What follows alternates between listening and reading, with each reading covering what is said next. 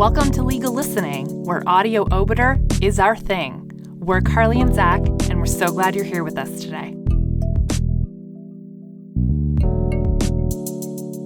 So today on the podcast, we have one of, if not the most important sentencing decision there is, the 1999 Supreme Court of Canada decision of the Queen and Gladue. So, in case you do not know, this decision was about the Indigenous sentencing provisions, which are in 718.2 sub E of the Criminal Code. And at the time, they were new provisions. They had just come in when this case was decided. And so those provisions consider the indigeneity of an offender and the legacy of colonialism in sentencing whenever an Indigenous person is before the criminal court. So, Zach, what do you know about Gladue? When did you first read it? So I'm confident I covered Gladue in 1L criminal law, but the most, I say most memorable, but the time I remember covering it the most was sentencing with Brian Mannarin, which I'm sure there's going to be one or two students who are taking that class when this goes out. Definitely take a listen to this.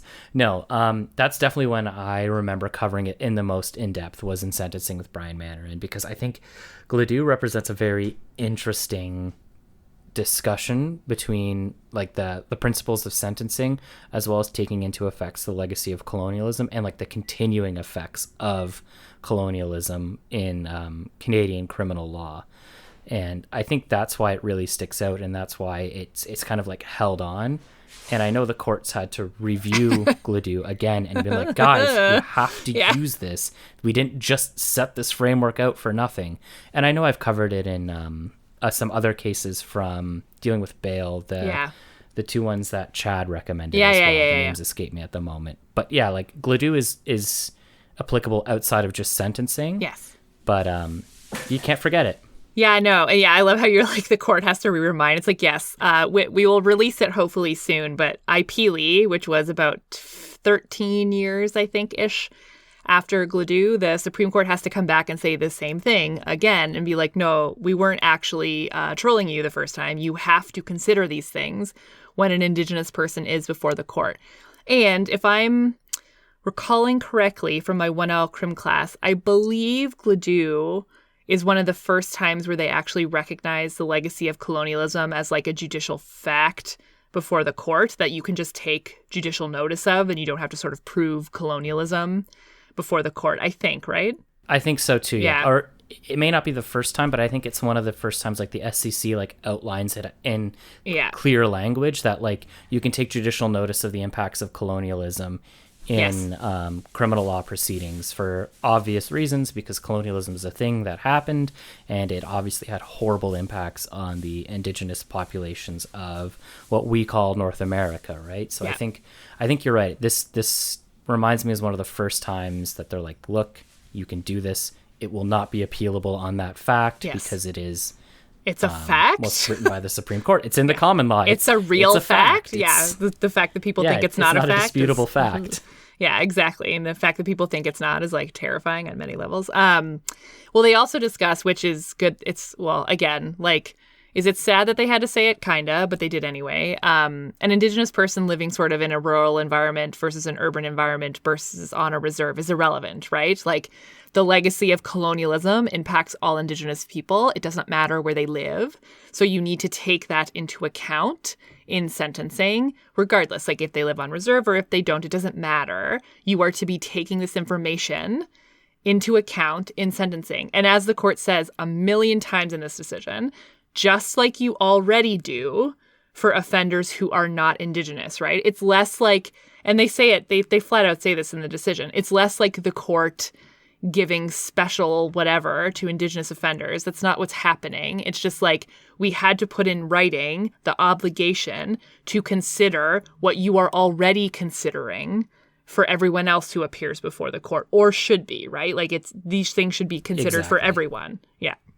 Yeah, and the big thing with Gladue is like the court, I remember, or Professor Mandarin explained it in such a way that it's not like it's an additional like get out of jail free card. Yeah. That's not what its intention is.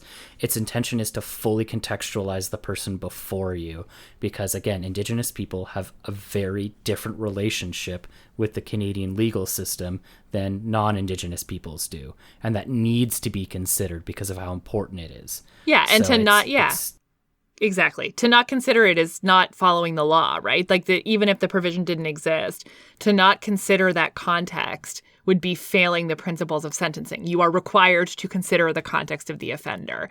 And it's like the fact Exactly. the fact that they had to put in a special provision because that just was not happening with Indigenous people. And again, we could get into this forever. You and me specifically could probably talk about this all day. But we'll leave it at that for today. I'm sure we will revisit when we get IPly recorded. But for now, enjoy The Queen and Gladue. The Queen and Jamie Tanis Gladue. Heard December 10th, 1998 and April 23rd, 1999. On appeal from the Court of Appeal for British Columbia. The judgment of the court was delivered by Justices Corey and Yakabuchi. On September 3rd, 1996, the new Part 23 of the Criminal Code pertaining to sentencing came into force. These provisions codify for the first time the fundamental purpose and principles of sentencing. This appeal is particularly concerned with the new Section 718.2e. It provides that all available sanctions other than imprisonment that are reasonable in the circumstances should be considered for all offenders, with particular attention to the circumstances of Aboriginal offenders. This appeal must consider how this provision should be interpreted and applied. Part 1. Factual background. The appellant, one of 9 children, was born in McLennan, Alberta in 1976. Her mother, Mary Gladue, who was a Cree, left the family home in 1987 and died in a car accident in 1990. After 1987, the appellant and her siblings were raised by their father, Lloyd Chafu, a Métis. The appellant and the victim, Reuben Beaver, started to live together in 1993 when the appellant was 17 years old. Thereafter, they had a daughter, Tanita.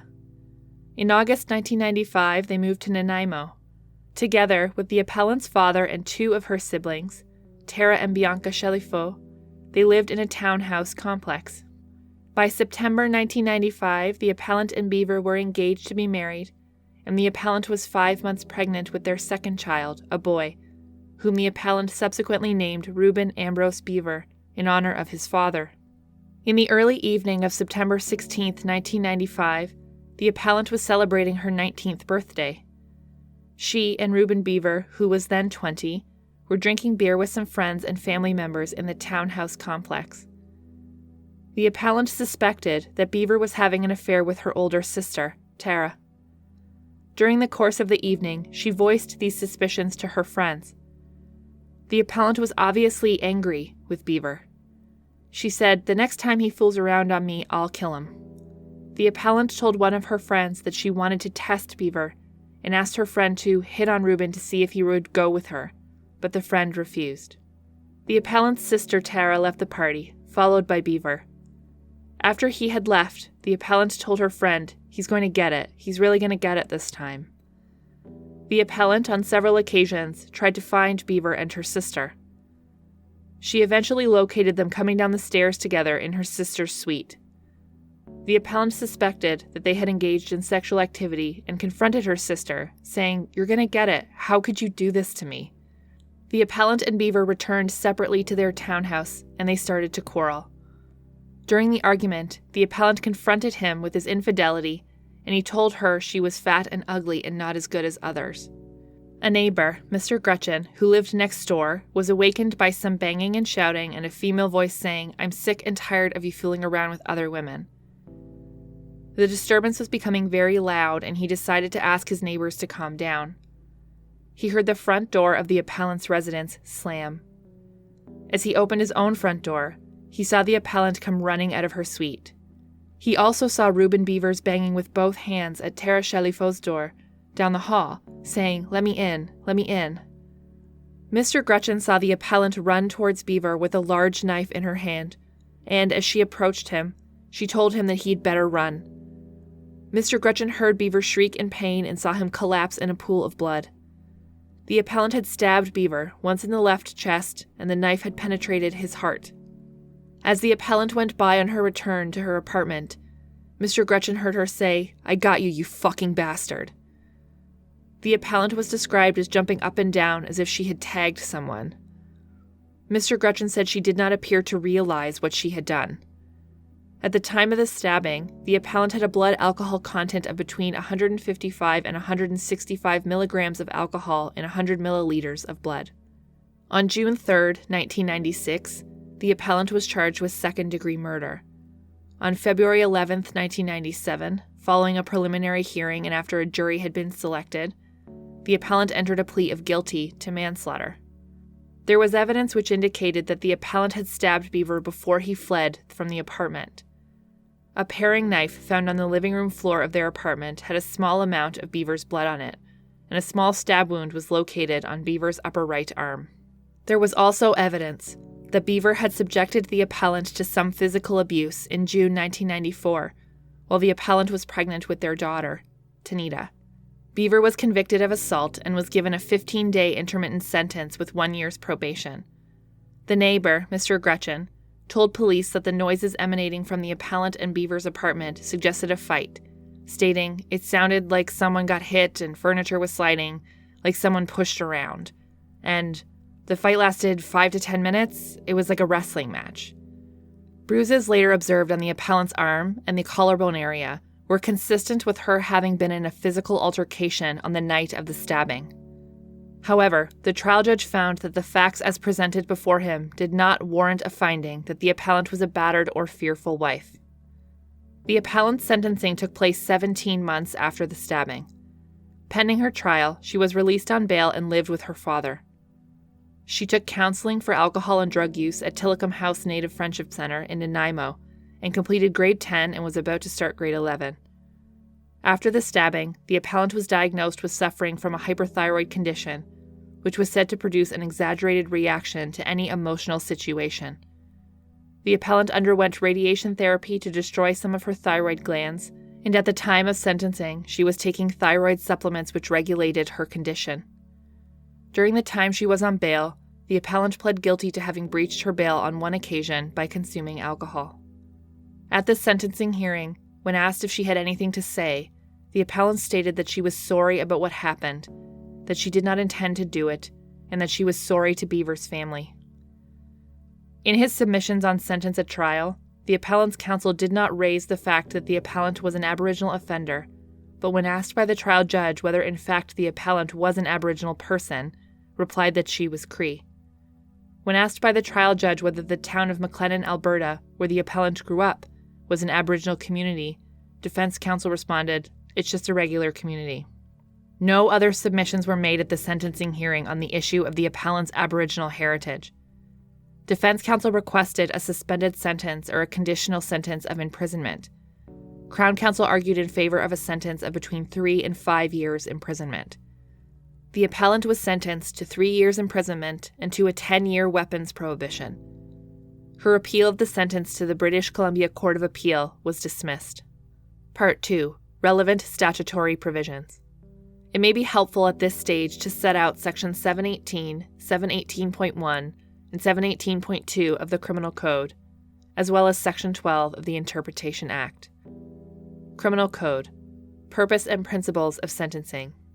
718. Purpose.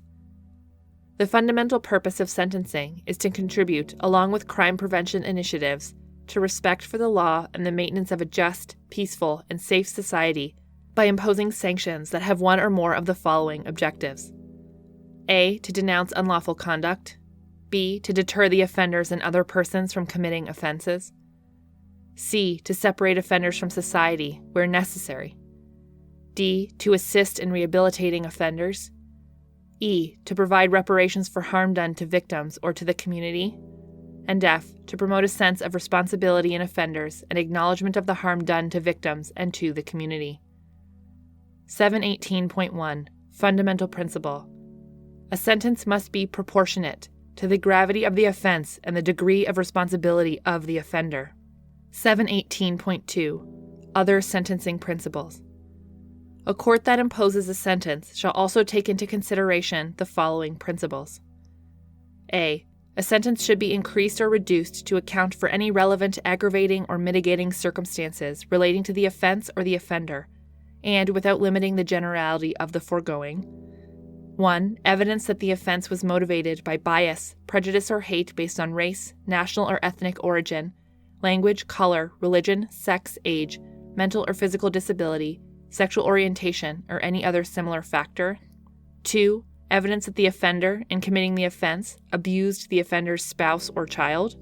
3. Evidence that the offender, in committing the offense, abused a position of trust or authority in relation to the victim. 4. Evidence that the offense was committed for the benefit of, at the direction of, or in association with a criminal organization, shall all be deemed to be aggravating circumstances. B. A sentence should be similar to sentences imposed on similar offenders for similar offenses committed in similar circumstances. C. Where consecutive sentences are imposed, the combined sentence should not be unduly long or harsh. D. An offender should not be deprived of liberty if less restrictive sanctions may be appropriate in the circumstances. And E. All available sanctions other than imprisonment that are reasonable in the circumstances should be considered for all offenders, with particular attention to the circumstances of Aboriginal offenders. Interpretation Act. 12. Every enactment is deemed remedial and shall be given such a fair, large, and liberal construction and interpretation as best ensures the attainment of its objects. Part 3. Judicial History. A. Supreme Court of British Columbia. In his reasons, the trial judge took into account several mitigating factors. The appellant was only 20 years old at the time of the sentence, and apart from an impaired driving conviction, she had no criminal record. She had 2 children and was expecting a third, although he considered her pregnancy a neutral factor. Her family was supportive and she was attending alcohol abuse counseling and upgrading her education. The appellant was provoked by the deceased's insulting behavior and remarks. At the time of the offense, the appellant had a hyperthyroid condition which caused her to overreact to emotional situations. The appellant showed some signs of remorse and entered a plea of guilty. On the other hand, the trial judge identified several aggravating circumstances. The appellant stabbed the deceased twice, the second time after he fled in an attempt to escape. Also, the offense was of particular gravity. From the remarks she made before and after the stabbing, it was very clear that the appellant intended to harm the deceased. Further, the appellant was not afraid of the deceased. Indeed, she was the aggressor. The trial judge considered that specific deterrence was not required in the circumstances of the case. However, in his opinion, the principles of denunciation and general deterrence must play a role. He was of the view that the sentence should also take into account the need to rehabilitate the appellant and give her some insight both into her conduct and to the effect of her propensity to drink. The trial judge decided that in this case it was not appropriate to suspend the passing of a sentence or to impose a conditional sentence. The trial judge noted that both the appellant and the deceased were Aboriginal, but stated that they were living in an urban area off reserve and not within the Aboriginal community as such. He found that there were not any special circumstances arising from their Aboriginal status that he should take into consideration. He stated that the offense was a very serious one, for which the appropriate sentence was 3 years imprisonment with a 10-year weapons prohibition. B. Court of Appeal for British Columbia. The appellant appealed her sentence of 3 years imprisonment, but not the 10-year weapons prohibition. She appealed on 4 grounds, one of which is directly relevant, namely whether the trial judge failed to give appropriate consideration to the appellant's circumstances as an Aboriginal offender. The appellant also sought to adduce fresh evidence at her appeal regarding her efforts since the killing to maintain links with her Aboriginal heritage. The fresh evidence showed that the appellant had applied to become a full-status Cree and that she had obtained that status for her daughter, Tanita.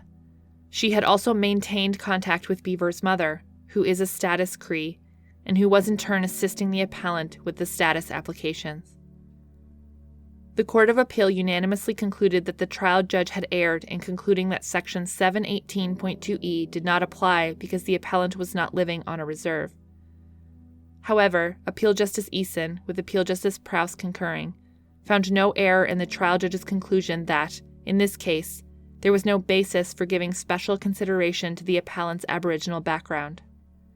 Appeal Justice Eason noted that the appellant's actions involved deliberation, motivation, and an element of viciousness and persistence in the attack, and that the killing constituted a near murder.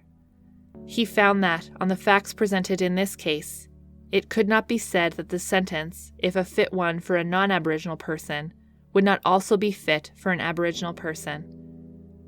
Appeal Justice Eason concluded, therefore, that the trial judge did not err in not giving effect to the principle set out in Section 718.2e of the Criminal Code and dismissed the appeal. Although it is not entirely clear from the reasons of Appeal Justice Eason, he appears to have dismissed the appellant's application to adduce fresh evidence regarding her efforts to maintain links with her Aboriginal heritage.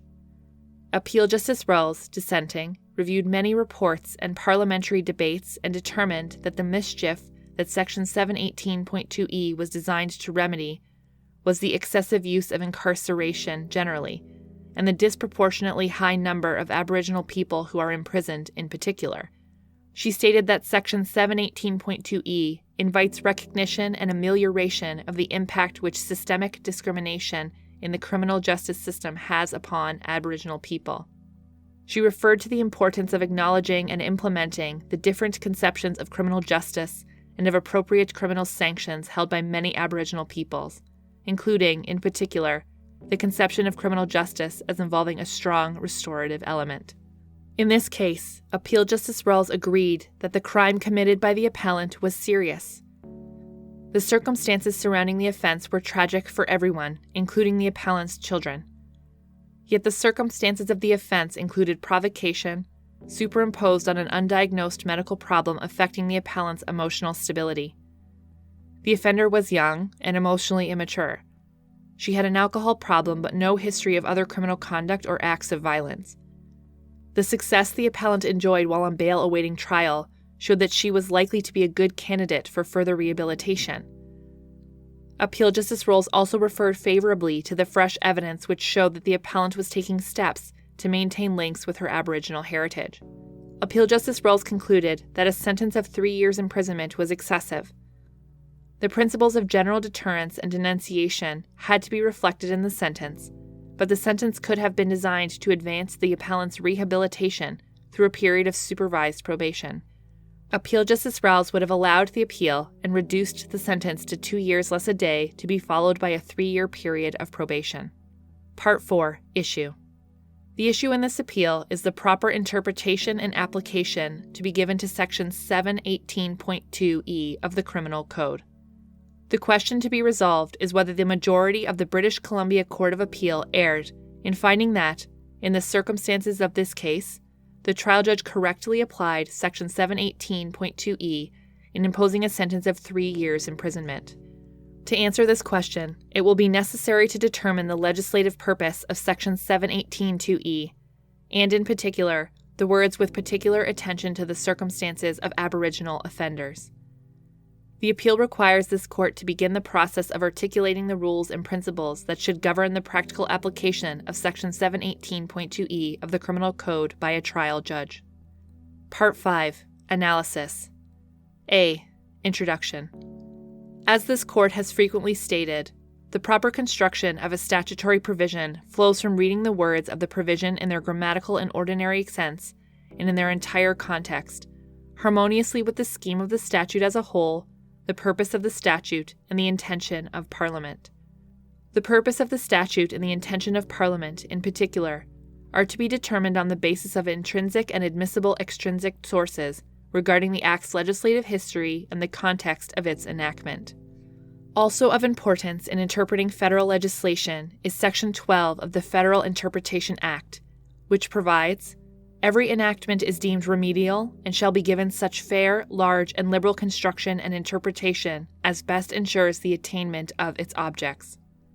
Section 718.2e has already received judicial consideration in several provincial appellate court decisions. This is the first occasion on which this court has had the opportunity to construe and apply the provision.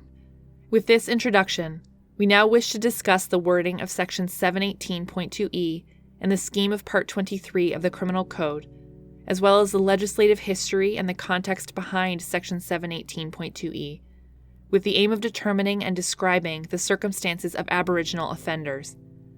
This discussion is followed by a framework for the sentencing judge to use in sentencing an Aboriginal offender. The reasons then deal with the specific facts and sentence in this case. The wording of Section 718.2e and the scheme of Part 23. The interpretation of Section 718.2e must begin by considering its words in context.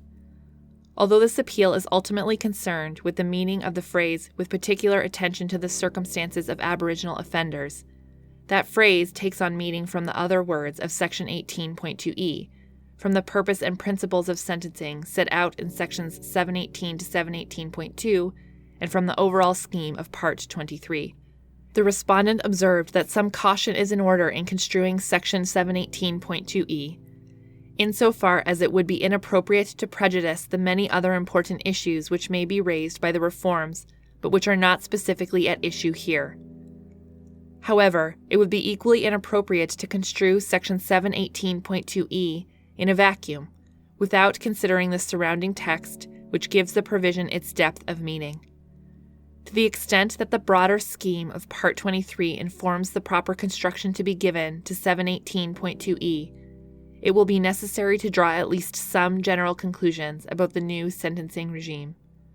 A core issue in this appeal is whether Section 718.2e should be understood as being remedial in nature, or whether Section 718.2e, along with the other provisions of Sections 718 through 718.2, are simply a codification of existing sentencing principles. The respondent, although acknowledging that Section 718.2e was likely designed to encourage sentencing judges to experiment, to some degree, with alternatives to incarceration and to be sensitive to principles of restorative justice, at the same time favors the view that Sections 718 to 718.2 are largely a restatement of existing law. Alternatively, the appellant argues strongly that Section 718.2e's specific reference to Aboriginal offenders can have no purpose unless it affects a change in the law. The appellant advances the view that Section 718.2e is in fact an affirmative action provision justified under Section 15.2 of the Canadian Charter of Rights and Freedoms. Section 12 of the Interpretation Act deems the purpose of the enactment of the new Part 23 of the Criminal Code to be remedial in nature and requires that all of the provisions of Part 23, including Section 718.2e, be given a fair, large, and liberal construction and interpretation in order to attain that remedial objective. However, the existence of Section 12 does not answer the essential question of what the remedial purpose of Section 718.2e is. One view is that the remedial purpose of Sections 718, 718.1, and 718.2, taken together, was precisely to codify the purpose and existing principles of sentencing to provide more systematic guidance to sentencing judges in individual cases. Codification, under this view, is remedial in and of itself because it simplifies and adds structure to the trial-level sentencing decisions. In our view, Section 718.2e is more than simply a reaffirmation of existing sentencing principles. The remedial component of the provision consists not only in the fact that it codifies a principle of sentencing, but far more importantly, in its direction to sentencing judges to undertake the process of sentencing Aboriginal offenders differently in order to endeavor to achieve a truly fit and proper sentence in the particular case. It should be said that the words of Section 718.2e do not alter the fundamental duty of the sentencing judge to impose a sentence that is fit for the offense and the offender. For example, as we will discuss below, it will generally be the case as a practical matter that particularly violent and serious offenses will result in imprisonment for Aboriginal offenders as often as for non-Aboriginal offenders. What Section 718.2e does alter is the method of analysis which each sentencing judge must use in determining the nature of a fit sentence for an Aboriginal offender. In our view, the scheme of Part 23 of the Criminal Code, the context underlying the enactment of Section 718.2e, and the legislative history of the provision all support an interpretation of Section 718.2e as having this important remedial purpose. In his submission before this court, counsel for the appellant expressed the fear that Section 718.2e might come to be interpreted and applied in a manner by which would have no real effect upon the day-to-day practice of sentencing Aboriginal offenders in Canada. In light of the tragic history of the treatment of Aboriginal peoples within the Canadian criminal justice system, we do not consider this fear to be unreasonable. In our view, Section 718.2e creates a judicial duty to give its remedial purpose real force. Let us consider now the wording of Section 718.2e and its place within the overall scheme of Part 23 of the Criminal Code. Section 718.2e directs a court in imposing a sentence to consider all available sanctions other than imprisonment that are reasonable in the circumstances for all offenders, with particular attention to the circumstances of Aboriginal offenders. The broad role of the provision is clear. As a general principle, Section 718.2e applies to all offenders and states that imprisonment should be the penal sanction of last resort. Prison is to be used only where no other sanction or combination of sanctions is appropriate to the offense and the offender. The next question is the meaning to be attributed to the words "with particular attention to the circumstances of Aboriginal offenders." The phrase cannot be an instruction for judges to pay more attention when sentencing Aboriginal offenders. It would be unreasonable to assume that Parliament intended sentencing judges to prefer certain categories of offenders over others. Neither can the phrase be merely an instruction to a sentencing judge to consider the circumstances of Aboriginal offenders just as he or she would consider the circumstances of any other offender. There would be no point in adding a special reference to Aboriginal offenders if this was the case. Rather, the logical meaning to be derived from the special reference to the circumstances of Aboriginal offenders, juxtaposed as it is against a general direction to consider the circumstances for all offenders, is that sentencing judges should pay particular attention to the circumstances of Aboriginal offenders because those circumstances are unique and different from those of non-Aboriginal offenders. The fact that the reference to Aboriginal offenders is contained in Section 718.2e, in particular, dealing with restraint in the use of imprisonment, suggests that there is something different about Aboriginal offenders which may specifically make imprisonment a less appropriate or useful sanction. The wording of Section 718.2e on its face, then, requires both consideration of alternatives to the use of imprisonment as a penal sanction generally, which amounts to a restraint in the resort to imprisonment as a sentence, and recognition by the sentencing judge of the unique circumstances of Aboriginal offenders. The respondent argued before this court that the statutory wording does not truly affect a change in the law, as some courts have in the past taken the unique circumstances of an Aboriginal offender into account in determining sentence.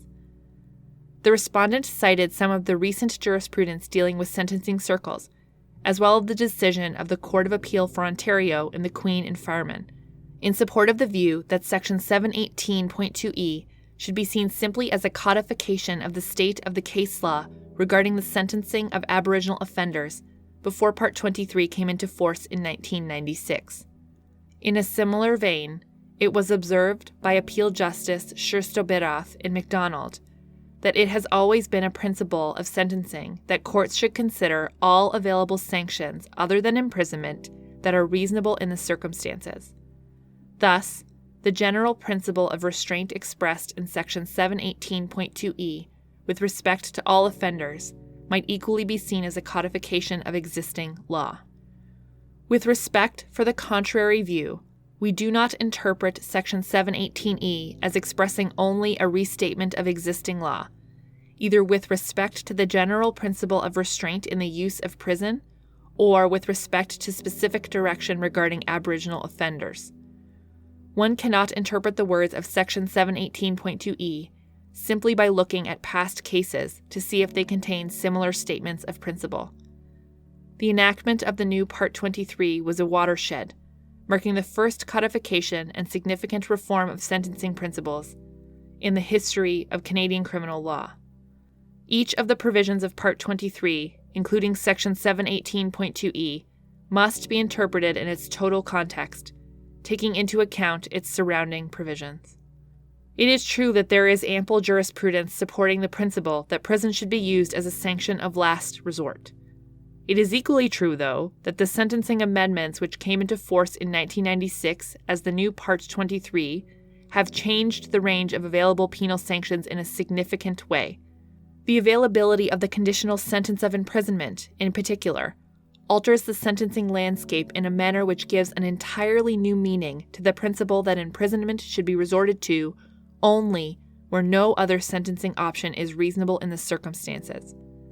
The creation of the conditional sentence suggests, on its face, a desire to lessen the use of incarceration. The general principle expressed in Section 718.2e must be construed and applied in this light. Further support for the view that Section 718.2e's expression of the principle of restraint in sentencing is remedial, rather than simply a codification, is provided by the articulation of the purpose of sentencing in Section 718. Traditionally, Canadian sentencing jurisprudence has focused primarily upon achieving the aims of separation, specific and general deterrence, denunciation, and rehabilitation. Sentencing, like the criminal trial process itself, has often been understood as a conflict between the interests of the state, as expressed through the aims of separation, deterrence, and denunciation, and the interests of the individual offender, as expressed through the aim of rehabilitation.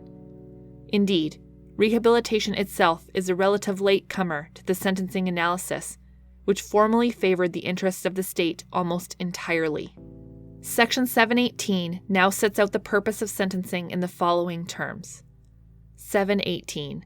The fundamental purpose of sentencing is to contribute, along with crime prevention initiatives, to respect for the law and the maintenance of a just, peaceful, and safe society by imposing just sanctions that have one or more of the following objectives. A. To denounce unlawful conduct. B. To deter the offender and other persons from committing offenses. C. To separate offenders from society where necessary. D. To assist in rehabilitating offenders. E. To provide reparations for harm done to victims or to the community. And F. To promote a sense of responsibility in offenders, an acknowledgement of the harm done to victims and to the community. Clearly, Section 718 is, in part, a restatement of the basic sentencing aims, which are listed in paragraphs A through D. What are new, though, are paragraphs E and F, which along with paragraph D focus upon the restorative goals of repairing the harms suffered by individual victims and by the community as a whole, promoting a sense of responsibility and an acknowledgement of the harm caused on the part of the offender, and attempting to rehabilitate or heal the offender. The concept of restorative justice, which underpins paragraphs D, E, and F, is briefly discussed below, but as a general matter, restorative justice involves some form of restitution and reintegration into the community. The need for offenders to take responsibility for their actions is central to the sentencing process. Restorative sentencing goals do not usually correlate with the use of prison as a sanction. In our view, Parliament's choice to include E and F alongside the traditional sentencing goals must be understood as evidencing an intention to expand the parameters of the sentencing analysis for all offenders. The principle of restraint expressed in Section 718.2e will necessarily be informed by this reorientation. Just as the context of Part 23 supports the view that Section 718.2e has a remedial purpose for all offenders, the scheme of Part 23 also supports the view that Section 718.2e has a particular remedial role for Aboriginal peoples. The respondent is correct to point out that there is jurisprudence which predates the enactment of Section 718.2e, in which Aboriginal offenders have been sentenced differently in light of their unique circumstances. However, the existence of such jurisprudence is not, on its own, especially probative of the issue of whether Section 718.2e has a remedial role. There is also sentencing jurisprudence which holds, for example, that a court must consider the unique circumstances of offenders who are battered spouses or who are mentally disabled. Although the validity of the principles expressed in this latter jurisprudence is unchallenged by the 1996 sentencing reforms, one does not find reference to these principles in Part 23. If Part 23 were indeed a codification of principles regarding the appropriate method of sentencing different categories of offenders, one would expect to find such references. The wording of Section 718.2e, viewed in light of the absence of similar stipulations in the remainder of Part 23, reveals that Parliament has chosen to single out Aboriginal offenders for particular attention. Part C. Legislative History. Support for the foregoing understanding of Section 718.2e as having the remedial purpose of restricting the use of prison for all offenders, and as having a particular remedial role with respect to Aboriginal peoples, is provided by statements made by the Minister of Justice and others at the time that what was then Bill C-41 was before Parliament. Although these statements are clearly not decisive as to the meaning and purpose of Section 718.2e, they are nonetheless helpful, particularly insofar as they corroborate and do not contradict the meaning and purpose to be derived upon a reading of the words of the provision in the context of Part 23 as a whole.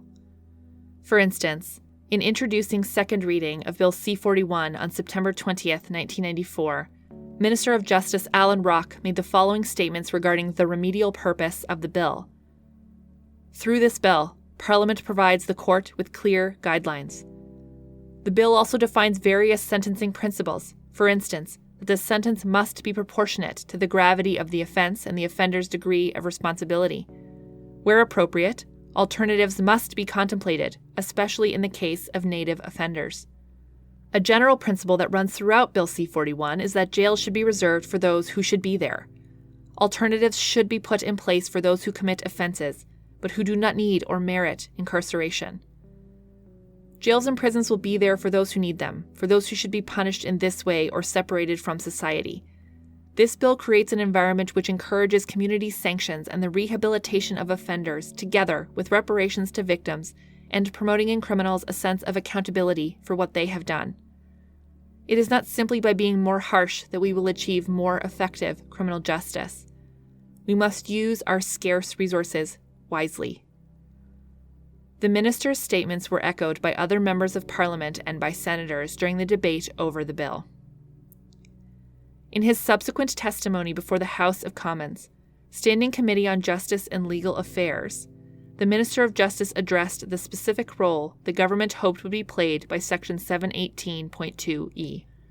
The reason we referred specifically there to Aboriginal persons is that they are sadly overrepresented in the prison population in Canada. I think it was the Manitoba Justice Inquiry that found that although Aboriginal persons make up only 12% of the population of Manitoba, they comprise over 50% of the prison inmates. Nationally, Aboriginal persons represent about 2% of Canada's population, but they represent 10.6% of persons in prison. Obviously, there is a problem here. What we're trying to do, particularly having regard to the initiatives in the Aboriginal communities to achieve community justice, is to encourage courts to look at alternatives where it's consistent with the protection of the public, alternatives to jail, and to not simply resort to that easy answer in every case. It can be seen, therefore, that the government position when Bill C-41 was under consideration was that the new Part 23 was to be remedial in nature. The proposed enactment was directed, in particular, at reducing the use of prison as a sanction and expanding the use of restorative justice principles in sentencing, and at engaging in both of these objectives with a sensitivity to Aboriginal community justice initiatives when sentencing Aboriginal offenders. D. The context of the enactment of Section 718.2e. Further guidance as to the scope and content of Parliament's remedial purpose in enacting Section 718.2e may be derived from the social context surrounding the enactment of the provision. On this point, it is worth noting that, although there is quite a wide divergence between the positions of the appellant and the respondent as to how Section 718.2e should be applied in practice, there is general agreement between them and indeed between the parties and all interveners, regarding the mischief in response to which Section 718.2e was enacted. The parties and interveners agree that the purpose of Section 718.2e is to respond to the problem of over-incarceration in Canada, and to respond in particular to the more acute problem of the disproportionate incarceration of Aboriginal peoples. They also agree that one of the roles of Section 718.2e and of various other provisions in Part 23 is to encourage sentencing judges to apply principles of restorative justice alongside or in the place of other, more traditional sentencing principles when making sentencing determinations.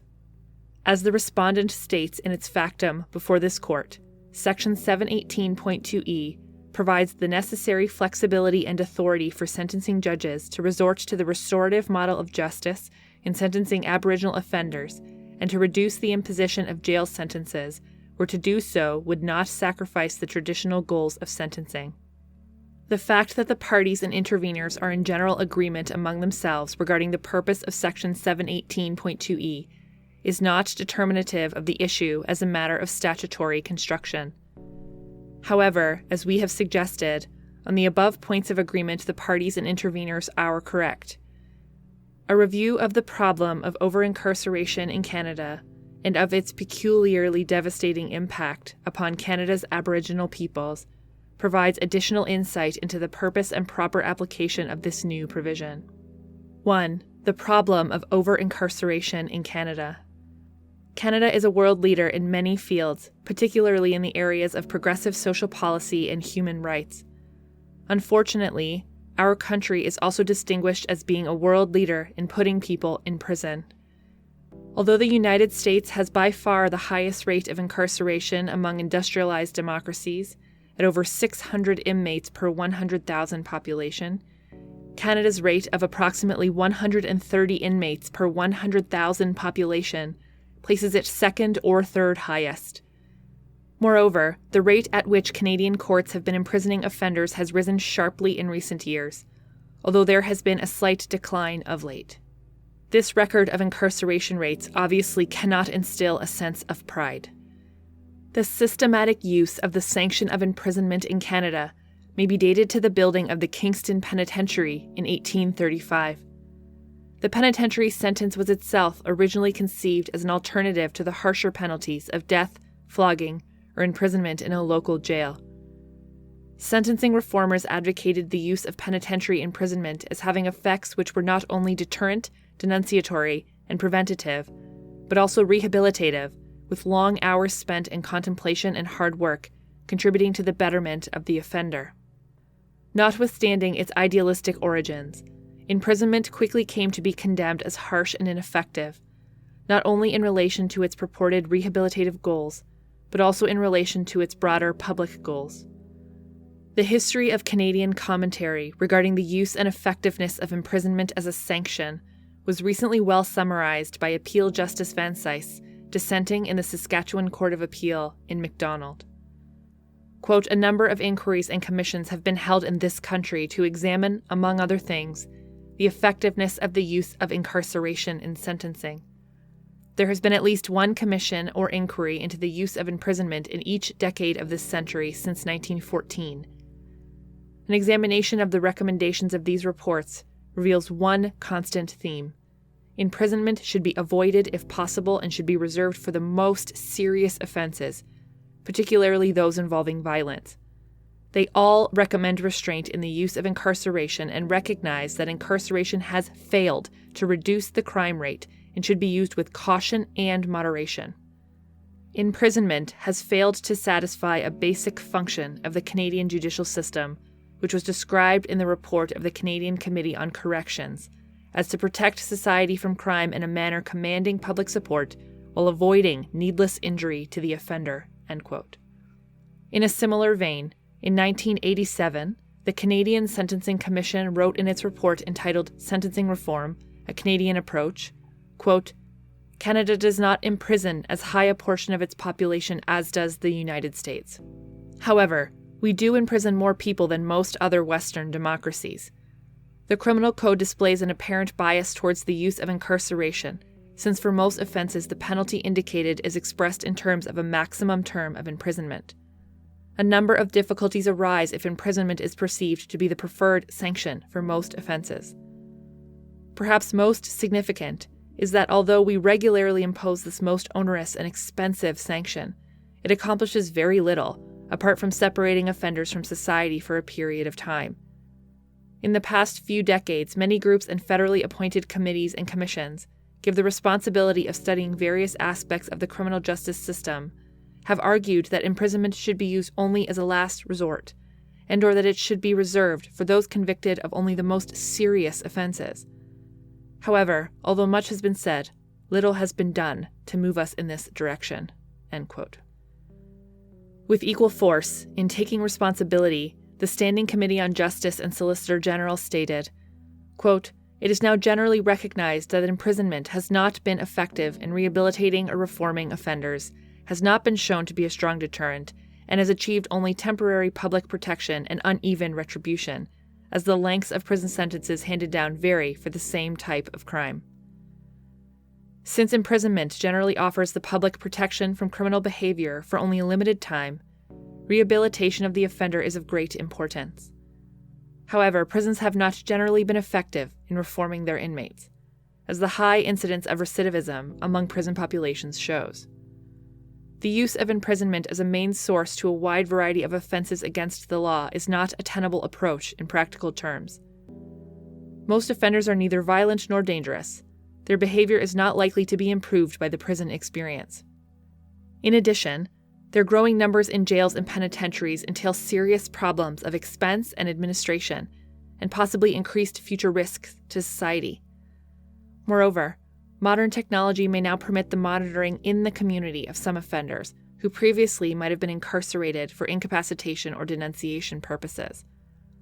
Alternatives to imprisonment and intermediate sanctions, therefore, are increasingly viewed as necessary developments." End quote. The committee proposed that alternative forms of sentencing should be considered for those offenders who did not endanger the safety of others.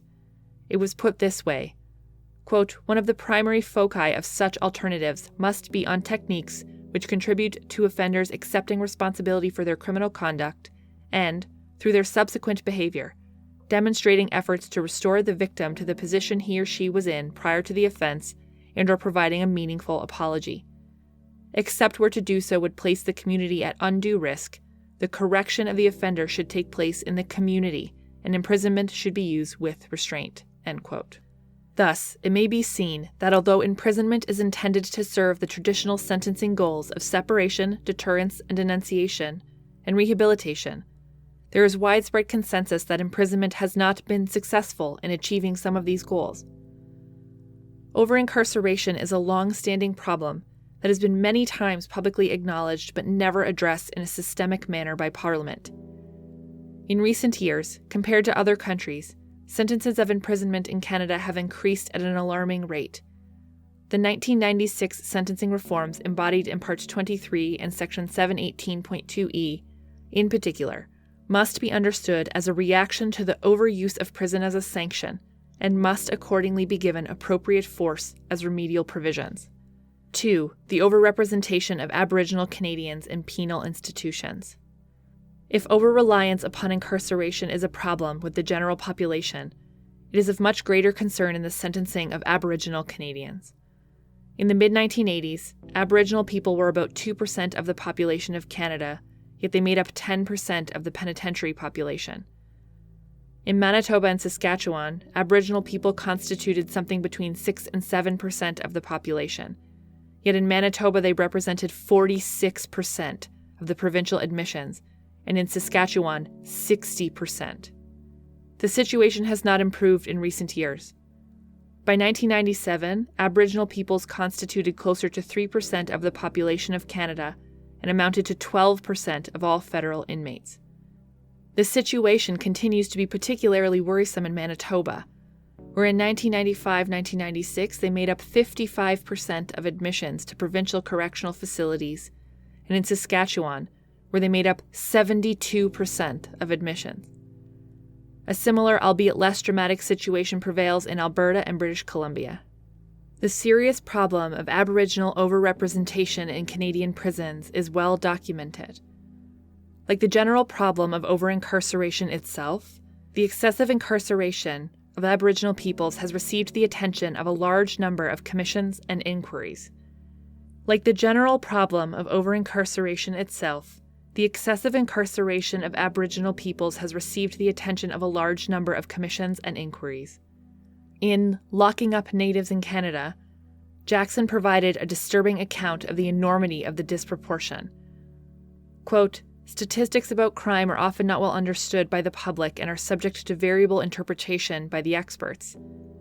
In the case of statistics regarding the impact of the criminal justice system on Native people, the figures are so stark and appalling that the magnitude of the problem can be neither misunderstood nor interpreted away.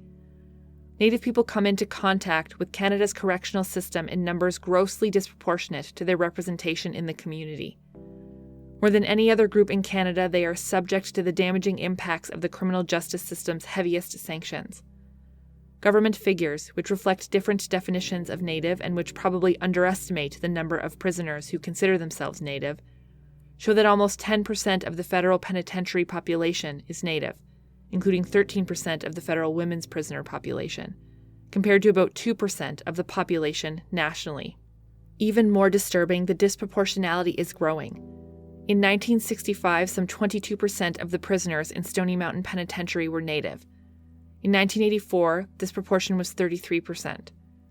It is realistic to expect that absent radical change, the problem will intensify due to the higher birth rate in Native communities. Bad as the situation is within the federal system, it is even worse in a number of the Western provincial correctional systems. A study reviewing admissions to Saskatchewan's correctional system in 1976-77, appropriately titled Locking Up Indians in Saskatchewan, contains findings that should shock the conscience of everyone in Canada. In comparison to male non-natives, male treaty Indians were 25 times more likely to be admitted to a provincial correctional centre, while non-status Indian or Métis were 8 times more likely to be admitted. If only the population over 15 years of age is considered, the population eligible to be admitted to provincial correctional centres in Saskatchewan, then male treaty Indians were 37 times more likely to be admitted, while male non-status Indians were 12 times more likely to be admitted. For women, the figures are even more extreme. A treaty Indian woman was 131 times more likely to be admitted, and a non-status or Métis woman 28 times more likely than a non-native person. The Saskatchewan study brings home the implications of its findings by indicating that a treaty Indian boy turning 16 in 1976 had a 70% chance of at least one stay in prison by the age of 25, that age range being one with the highest risk of imprisonment. The corresponding figure for non-status or Métis was 34%. For non-native Saskatchewan boy, the figure was 8%. Put another way, this means that in Saskatchewan, prison has become for young Native men the promise of a just society which high school and college represent for the rest of us. Placed in a historical context, the prison has become for many young Native people the contemporary equivalent of what the Indian residential schools represented for their parents." End quote. Not surprisingly, the excessive imprisonment of Aboriginal people is only the tip of the iceberg insofar as the estrangement of the Aboriginal peoples from the Canadian criminal justice system is concerned. Aboriginal people are overrepresented in virtually all aspects of the system. As this court recently noted in the Queen and Williams, there is widespread bias against Aboriginal people within Canada, and there is evidence that this widespread racism has translated into systemic discrimination in the criminal justice system. Statements regarding the extent and severity of this problem are disturbingly common. In Bridging the Cultural Divide, the Royal Commission on Aboriginal Peoples listed as its first major findings and conclusions the following striking yet representative statement. Quote, "The Canadian criminal justice system has failed the Aboriginal peoples of Canada, First Nations, Inuit, and Métis people, on reserve and off reserve, urban and rural, in all territorial and governmental jurisdictions.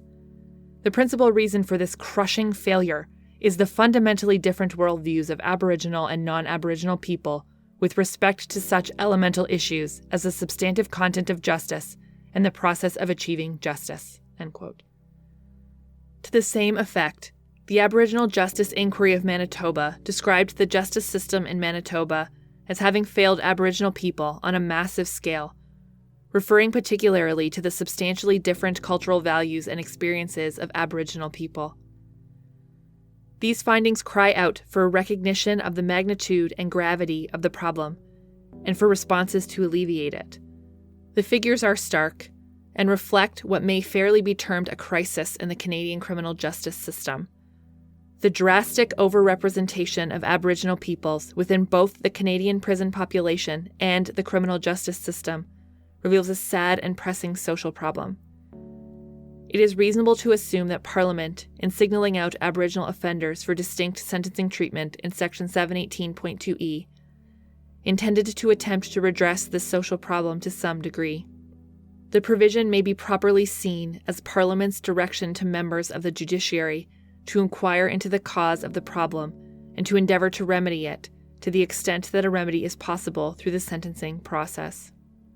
It is clear that sentencing innovation by itself cannot remove the causes of Aboriginal offending and the greater problem of Aboriginal alienation from the criminal justice system.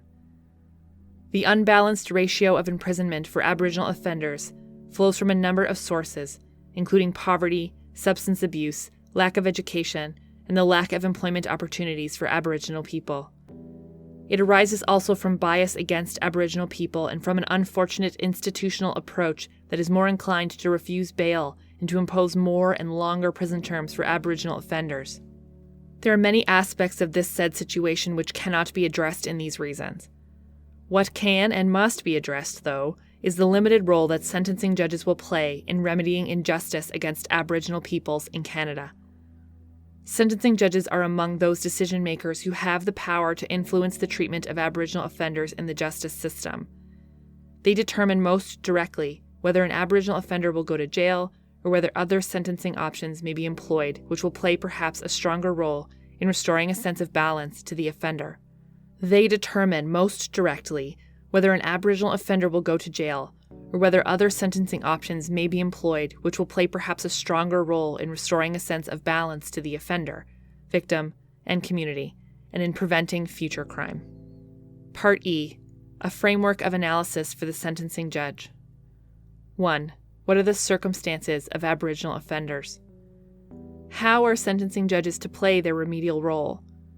The words of Section 718.2e instruct the sentencing judge to pay particular attention to the circumstances of Aboriginal offenders, with the implication that those circumstances are significantly different from those of non-Aboriginal offenders.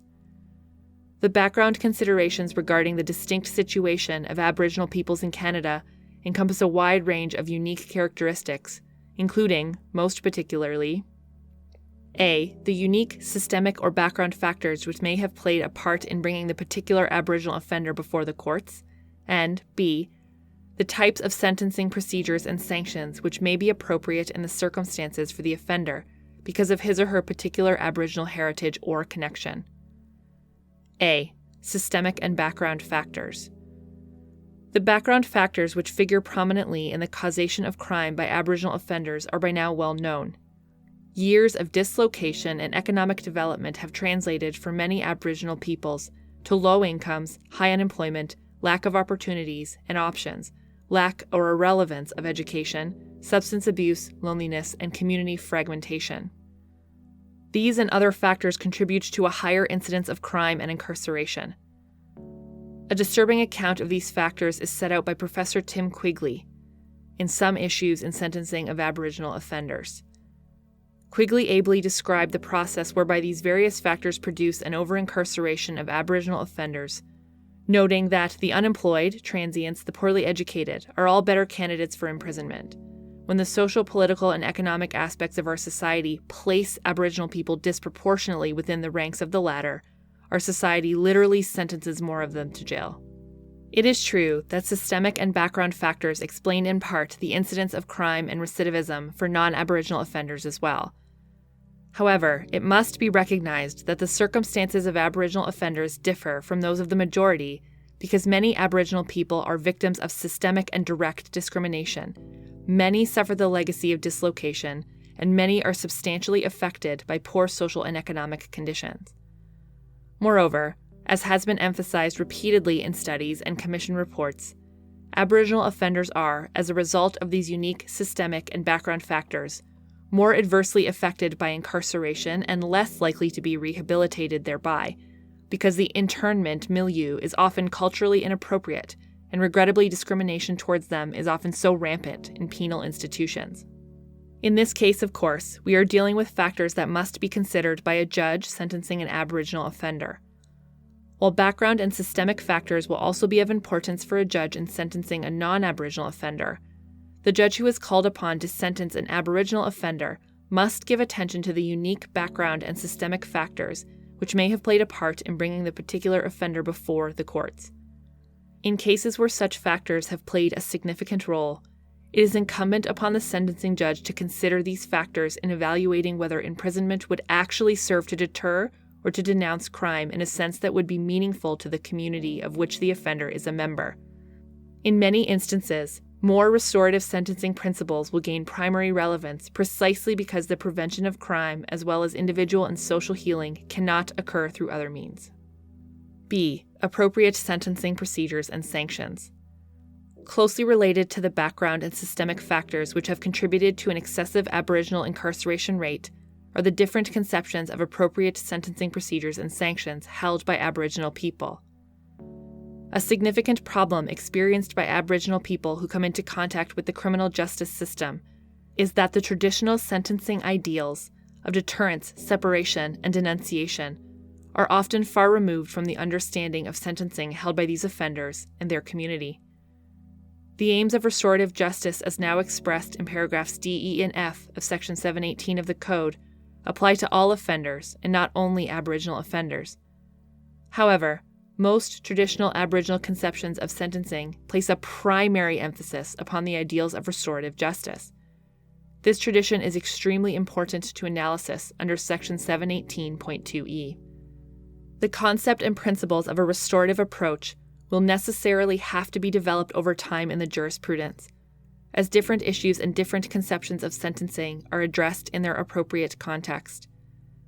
In general terms, restorative justice may be described as an approach to remedying crime in which it is understood that all things are interrelated and that crime disrupts the harmony which existed prior to its occurrence, or at least which it is felt should exist. The appropriateness of a particular sanction is largely determined by the needs of the victims and the community as well as the offender. The focus is on the human beings closely affected by the crime. The existing overemphasis on incarceration in Canada may be partly due to the perception that a restorative approach is a more lenient approach to crime and that imprisonment constitutes the ultimate punishment. Yet in our view, a sentence focused on restorative justice is not necessarily a lighter punishment. Some proponents of restorative justice argue that when it is combined with probationary conditions, it may in some circumstances impose a greater burden on the offender than a custodial sentence. C. Quacha, who writes, quote, "At this point there is some divergence among proponents of restorative justice.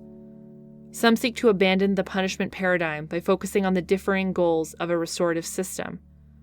Others, while cognizant of the differing goals, argue for a restorative system in terms of a punishment model. They argue that non-custodial sentences can have an equivalent punishment value when produced and administered by a restorative system, and that healing process can be more intense than incarceration. Restorative justice necessarily involves some form of restitution and reintegration into the community.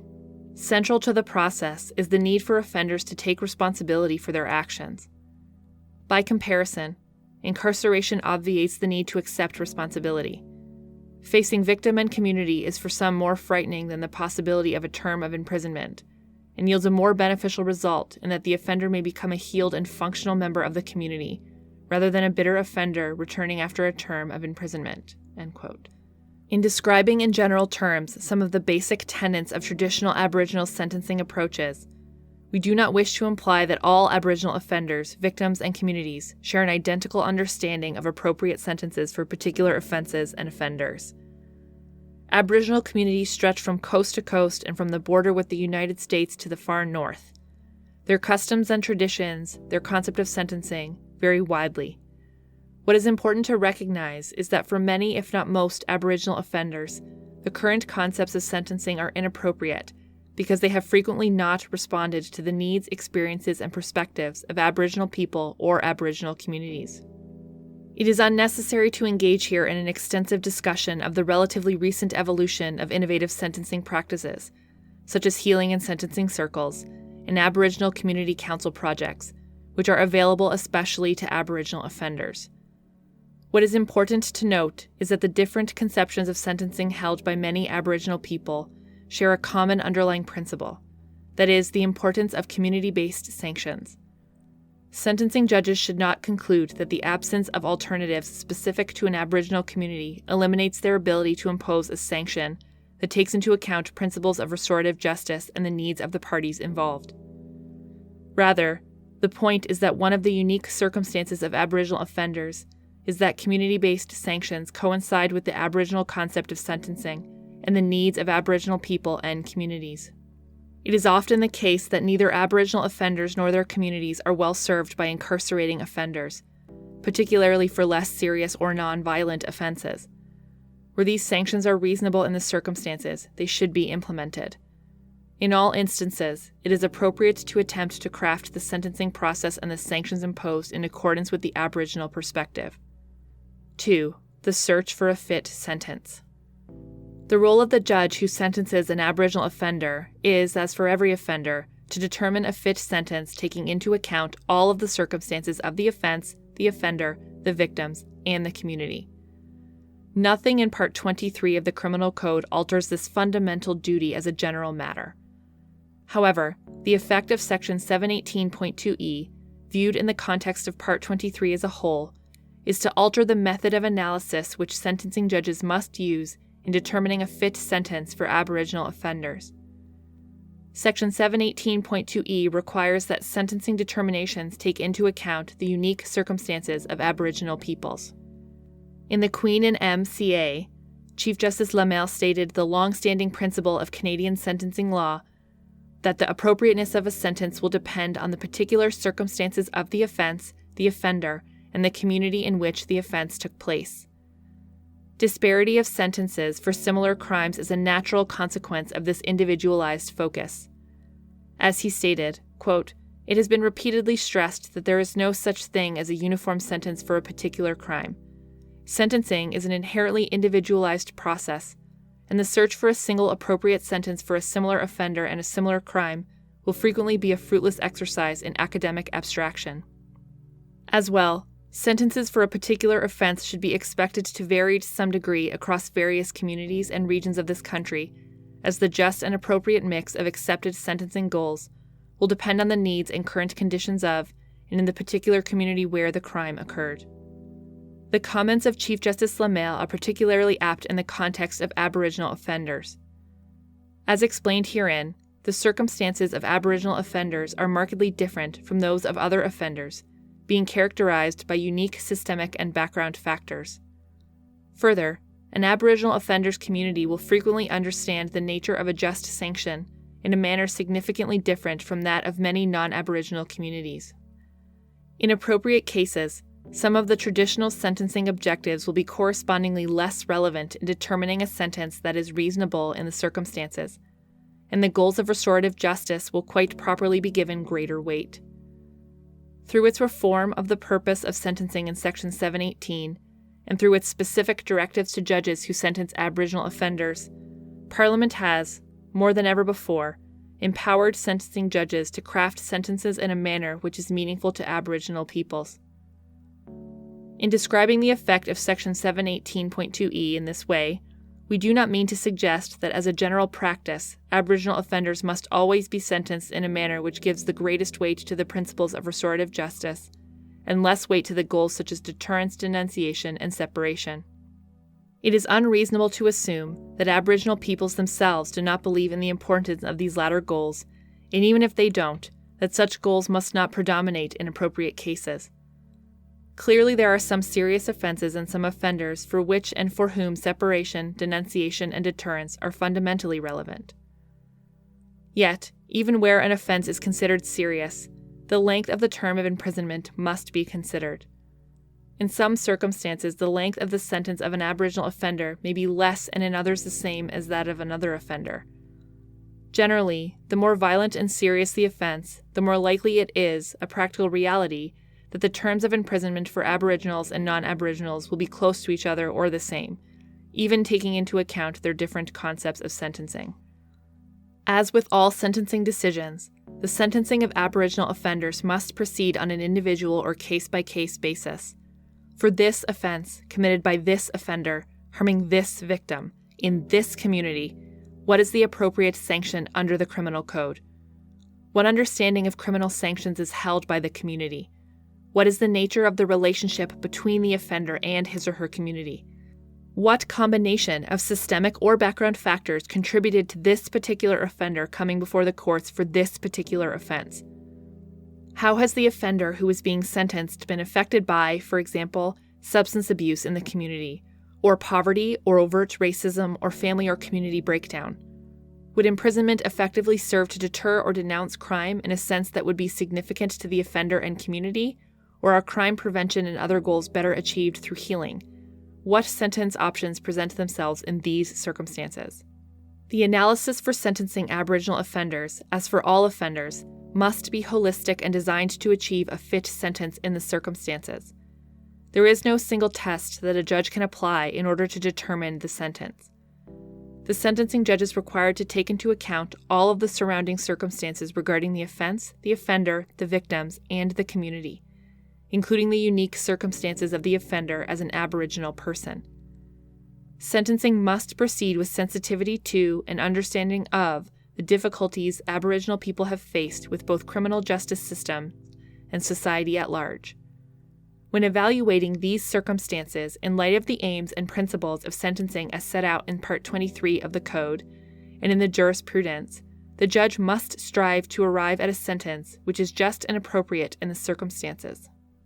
By means of Section 718.2e, sentencing judges have been provided with a degree of flexibility and discretion to consider in appropriate circumstances alternative sentences to incarceration, which are appropriate for the Aboriginal offender and community and yet comply with the mandated principles and purposes of sentencing.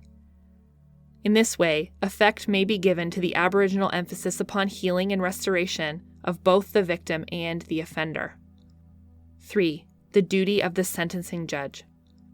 The foregoing discussion of guidelines for the sentencing judge has spoken of that which a judge must do when sentencing an Aboriginal offender. This element of duty is a critical component of Section 718.2e. The provision expressly provides that a court that imposes a sentence should consider all available sanctions other than imprisonment that are reasonable in the circumstances, and should pay particular attention to circumstances of Aboriginal offenders. There is no discretion as to whether to consider the unique situation of the Aboriginal offender. The only discretion concerns the determination of a just and appropriate sentence. How then is the consideration of Section 718.2e to proceed in the daily functioning of the courts? The manner in which the sentencing judge will carry out his or her statutory duty may vary from case to case. In all instances, it will be necessary for the judge to take judicial notice of the systemic or background factors and the approach to sentencing which is relevant to Aboriginal offenders. However, for each particular offense and offender, it may be that some evidence will be required in order to assist the sentencing judge in arriving at a fit sentence. Where a particular offender does not wish such evidence to be adduced, the right to have particular attention paid to his or her circumstances as an Aboriginal offender may be waived. Where there is no such waiver, it will be extremely helpful to the sentencing judge for counsel on both sides to adduce relevant evidence. Indeed, it is to be expected that counsel will fulfill their role and assist the sentencing judge in this way. However, even where counsel do not adduce this evidence, where, for example, the offender is unrepresented, it is incumbent upon the sentencing judge to attempt to acquire information regarding the circumstances of the offender as an Aboriginal person. Whether the offender resides in a rural area, on a reserve, or in an urban center, the sentencing judge must be made aware of alternatives to incarceration that exist, whether inside or outside the Aboriginal community of the particular offender. The alternatives existing in metropolitan areas must, as a matter of course, also be explored. Clearly, the presence of an Aboriginal offender will require special attention in pre-sentence reports. Beyond the use of the pre-sentence report, the sentencing judge may and should, in appropriate circumstances and where practicable, request that witnesses be called who may testify as to reasonable alternatives. Similarly, where a sentencing judge at the trial level has not engaged in the duty imposed by Section 718.2e as fully as required, it is incumbent upon a court of appeal in considering an appeal against sentence on this basis to consider any fresh evidence which is relevant and admissible on sentencing. In the same vein, it should be noted that, although Section 718.2e does not impose a statutory duty upon the sentencing judge to provide reasons, it will be much easier for a reviewing court to determine whether and how attention was paid to the circumstances of the offender as an Aboriginal person if at least brief reasons are given. 4. The issue of, quote, reverse discrimination, end quote. Something must also be said as to the manner in which Section 718.2e should not be interpreted. The appellant and the respondent diverged significantly in their interpretation of the appropriate role to be played by Section 718.2e. While the respondent saw the provision largely as a restatement of existing sentencing principles, the appellant advanced the position that Section 718.2e functions as an affirmative action provision justified under Section 15.2 of the Charter. The respondent cautioned that, in his view, the appellant's understanding of the provision would result in reverse discrimination, so as to favor Aboriginal offenders over other offenders. There is no constitutional challenge to Section 718.2e in these proceedings, and accordingly we do not address specifically the applicability of Section 15 of the Charter. We would note, though, that the aim of Section 718.2e is to reduce the tragic overrepresentation of Aboriginal people in prisons. It seeks to ameliorate the present situation and to deal with the particular offense and offender and community. The fact that a court is called upon to take into consideration the unique circumstances surrounding these different parties is not unfair to non-Aboriginal people. Rather, the fundamental purpose of Section 718.2e is to treat Aboriginal offenders fairly by taking into account their difference. But Section 718.2e should not be taken as requiring an automatic reduction of a sentence, or a remission of a warranted period of incarceration, simply because the offender is Aboriginal. To the extent that the appellant's submission on affirmative action means that Section 718.2e requires an automatic reduction in sentence for an Aboriginal offender, we reject that view. The provision is a direction to sentencing judges to consider certain unique circumstances pertaining to Aboriginal offenders as part of the task of weighing the multitude of factors which must be taken into account in striving to impose a fit sentence. It cannot be forgotten that Section 718.2e must be considered in the context of the section read as a whole, and in the context of Section 718, 718.1, and the overall scheme of Part 23. It is one of the statutorily mandated considerations that a sentencing judge must take into account. It may not always mean a lower sentence for an Aboriginal offender. The sentence imposed will depend on all the factors which must be taken into account in each individual case. The weight to be given to these various factors will vary in each case. At the same time, it must in every case be recalled that the direction to consider these unique circumstances flows from the staggering injustice currently experienced by Aboriginal peoples in the criminal justice system. The provision reflects the reality that many Aboriginal people are alienated from this system, which frequently does not reflect their needs or their understanding of an appropriate sentence. 5. Who comes within the purview of Section 718.2e? The question of whether Section 718.2e applies to all Aboriginal persons or only to certain classes thereof is raised by this appeal. The following passage of the reasons of the judge at trial appears to reflect some ambiguity as to the applicability of the provision to Aboriginal people who do not live in rural areas or on reserve. Quote, the factor that is mentioned in the Code is that particular attention to circumstances of Aboriginal offenders should be considered. In this case, both the deceased and the accused were Aboriginals, but they are not living within the Aboriginal community as such. They are living off a reserve, and the offense occurred in an urban setting. There did not appear to have been any special circumstances because of their Aboriginal status, and so I am not giving any special consideration to their background in passing this sentence. End quote. It could be understood from that passage that in this case, there were no special circumstances to warrant the application of Section 718.2e, and the fact that the context of the offense was not in a rural setting or on a reserve was only one of those missing circumstances. However, this passage was interpreted by the majority of the Court of Appeal as implying that, quote, as a matter of principle, Section 718.2e can have no application to Aboriginals not living within the Aboriginal community, end quote. This understanding of the provision was unanimously rejected by the members of the Court of Appeal. With respect to the trial judge, who was given little assistance from counsel on this issue, we agree with the Court of Appeal that such a restrictive interpretation of the provision would be inappropriate. The class of Aboriginal people who come within the purview of the specific reference to the circumstances of Aboriginal offenders in Section 18.2e must be, at least, all who come within the scope of Section 25 of the Charter and Section 35 of the Constitution Act 1982. The numbers involved are significant. National census figures from 1996 show that an estimated 799,010 people were identified as Aboriginal in 1996. Of this number, 529,040 were Indians, registered or non-registered, 204,115 were Métis, and 40,220 were Inuit. Section 718.2e applies to all Aboriginal offenders wherever they reside, whether on or off reserve in a large city or a rural area. Indeed, it has been observed that many Aboriginals living in urban areas are closely attached to their culture. Quote, throughout the Commission's hearings, Aboriginal people stressed the fundamental importance of retaining and enhancing their cultural identity while living in urban areas. Aboriginal identity lies at the heart of Aboriginal people's existence. Maintaining that identity is an essential and self-validating pursuit for Aboriginal people in cities. Cultural identity for urban Aboriginal people is also tied to a land base or ancestral territory. For many, the two concepts are inseparable.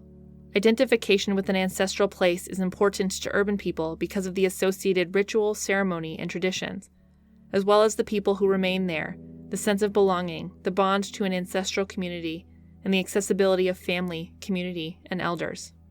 Section 718.2e requires the sentencing judge to explore reasonable alternatives to incarceration in the case of all Aboriginal offenders.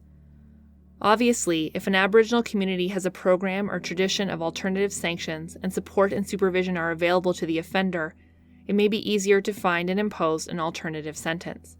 However, even if community support is not available, every effort should be made in appropriate circumstances to find a sensitive and helpful alternative. For all purposes, the term community must be defined broadly so as to include any network of support and interaction that might be available in an urban center. At the same time, the residence of the Aboriginal offender in an urban center that lacks any network of support does not relieve the sentencing judge of the obligation to try to find an alternative to imprisonment. Part 6. Summary. Let us see if a general summary can be made of what has been discussed in these reasons. 1. Part 23 of the Criminal Code codifies the fundamental purpose and principles of sentencing and the factors that should be considered by a judge in striving to determine a sentence that is fit for the offender and the offense. 2. Section 718.2e mandatorily requires sentencing judges to consider all available sanctions, other than imprisonment, and to pay particular attention to the circumstances of Aboriginal offenders. 3. Section 718.2e is not simply a codification of existing jurisprudence. It is remedial in nature. Its purpose is to ameliorate the serious problem of overrepresentation of Aboriginal people in prisons, and to encourage sentencing judges to have recourse to a restorative approach to sentencing. There is a judicial duty to give the provision's remedial purpose real force. 4. Section 718.2e must be read and considered in the context of the rest of the factors referred to in that section and in light of all of Part 23. All principles and factors set out in Part 23 must be taken into consideration in determining the fit sentence. Attention should be paid to the fact that Part 23, through Section 18, Section 18.2e, and Section 742.1, among other provisions, has placed a new emphasis upon decreasing the use of incarceration. 5. Sentencing is an individual process, and in each case the consideration must continue to be what is a fit sentence for the accused for the offense in this community.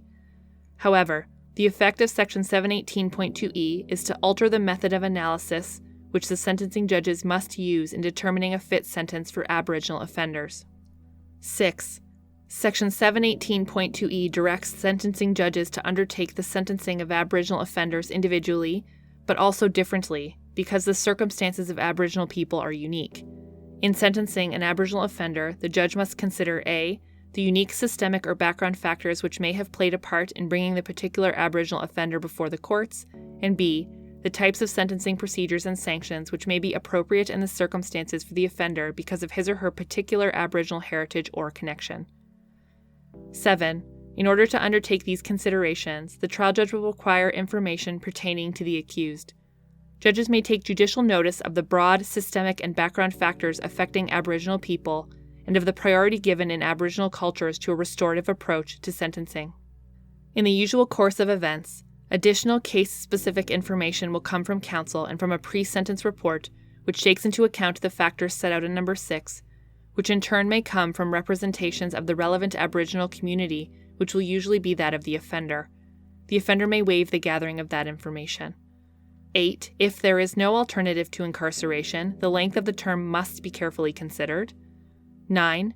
Section 718.2e is not to be taken as a means of automatically reducing the prison sentence of Aboriginal offenders, nor should it be assumed that an offender is receiving a more lenient sentence simply because incarceration is not imposed. 10. The absence of alternative sentencing programs specific to an Aboriginal community does not eliminate the ability of a sentencing judge to impose a sanction that takes into account principles of restorative justice and the needs of the parties involved. 11. Section 718.2e applies to all Aboriginal persons wherever they reside, whether on or off reserve, in a large city or rural area.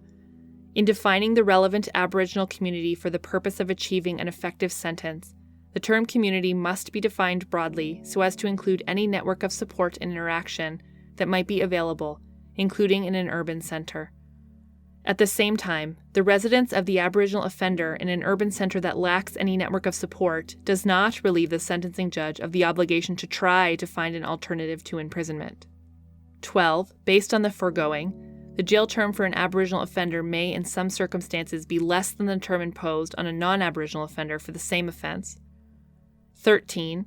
It is unreasonable to assume that Aboriginal peoples do not believe in the importance of traditional sentencing goals such as deterrence, denunciation, and separation, where warranted. In this context, generally, the more serious and violent the crime, the more likely it will be as a practical matter that the terms of imprisonment will be the same for similar offenses and offenders, whether the offender is Aboriginal or non-Aboriginal. Part 7. Was there an error made in this case? From the foregoing analysis, it can be seen that the sentencing judge, who did not have the benefit of these reasons, fell into error. He may have erred in limiting the application of Section 718.2e to the circumstances of Aboriginal offenders living in rural areas or on reserve. Moreover, and perhaps as a consequence of the first error, he does not appear to have considered the systemic or background factors which may have influenced the appellant to engage in criminal conduct, or the possibly distinct concept of sentencing held by the appellant, by the victim Beaver's family, and by their community. However, it should be emphasized that the sentencing judge did take active steps to obtain at least some information regarding the appellant's Aboriginal heritage. In this regard, he received little, if any, assistance from counsel on this issue, although they, too, were acting without the benefit of these reasons. The majority of the Court of Appeal, in dismissing the appellant's appeal, also does not appear to have considered many of the factors referred to above. However, the dissenting reasons of Appeal Justice Rouse discuss the relevant factors in some detail. The majority also appears to have dismissed the appellant's application to adduce fresh evidence. The majority of the Court of Appeal may or may not have erred in ultimately deciding to dismiss the fresh evidence application. The correctness of its ultimate decision depends largely upon the admissibility of the fresh evidence and its relevance to the weighing of the various sentencing goals. However, assuming admissibility and relevance, it was certainly incumbent upon the majority to consider the evidence, and especially so given the failure of the trial judge to do so. Moreover, if the fresh evidence before the Court of Appeal was itself insufficient to inform the court adequately regarding the circumstances of the appellant as an Aboriginal offender, the proper remedy would have been to remit the matter to the trial judge with instructions to make all the reasonable inquiries necessary for the sentencing of this Aboriginal offender. In most cases, errors such as those in the courts below would be sufficient to justify sending the matter back for a new sentencing hearing. It is difficult for this court to determine a fit sentence for the appellant according to the suggested guidelines set out herein on the basis of the very limited evidence before us regarding the appellant's Aboriginal background. However, as both the trial judge and all members of the Court of Appeal acknowledged, the offence in question is a most serious one, properly described by Appeal Justice Essen as a near murder. Moreover, the offence involved domestic violence and a breach of the trust inherent in a spousal relationship. That aggravating factor must be taken into account in the sentencing of the Aboriginal appellant as it would for any offender. For that offence, by this offender, a sentence of 3 years imprisonment was not unreasonable. More importantly, the appellant was granted day parole on August 13, 1997, after she had served 6 months at the Burnaby Correctional Center for Women. She was directed to reside with her father, to take alcohol and substance abuse counseling, and to comply with the requirements of the electronic monitoring program. On February 25, 1998, the appellant was granted full parole with the same conditions as the ones applicable to her original release on the day parole. In this case, the results of the sentence with incarceration for 6 months and the subsequent controlled release were in the interest of both the appellant and society. In these circumstances, we do not consider that it would be in the interest of justice to order a new sentencing hearing in order to canvass the appellant's circumstances as an Aboriginal offender. As a result, the appeal is dismissed.